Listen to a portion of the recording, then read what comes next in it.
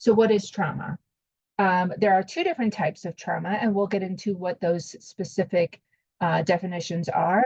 But one type of trauma is simple, what some folks call type 1 trauma. And that's often a person has experienced one big T trauma, and that could be a car accident, that could be a hurricane.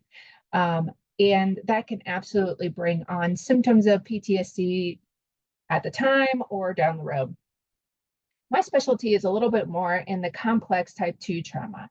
And those are the types of trauma that we experience that really impacts how we see the world pervasively. So it's not just, I had a car accident. Now riding in the car really makes me nervous. I'm scared it's going to happen again.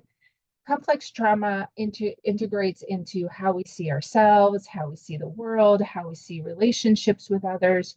So examples of those might be, growing up in a household that includes domestic violence. It might be experiencing chronic and severe poverty that impacts our access to nutrition, our access to proper clothing.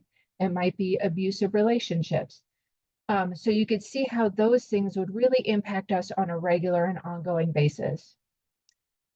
Developmental trauma changes the brain of the experiencing child. So if we have early developmental trauma, so trauma that happens within the first 3 years of life, those things impact the way our brain develops, the structure of our brain, the connections that our brain makes.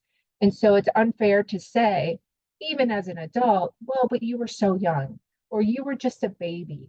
Those things are coded in our bodies, whether we like it or not. And if it's coded without language, whether that be pre-verbally or the person doesn't have language that they can express outwardly, those things are coded in a different way. So that might be in the way that we interact with our world by our senses. That might be the way we respond to noises.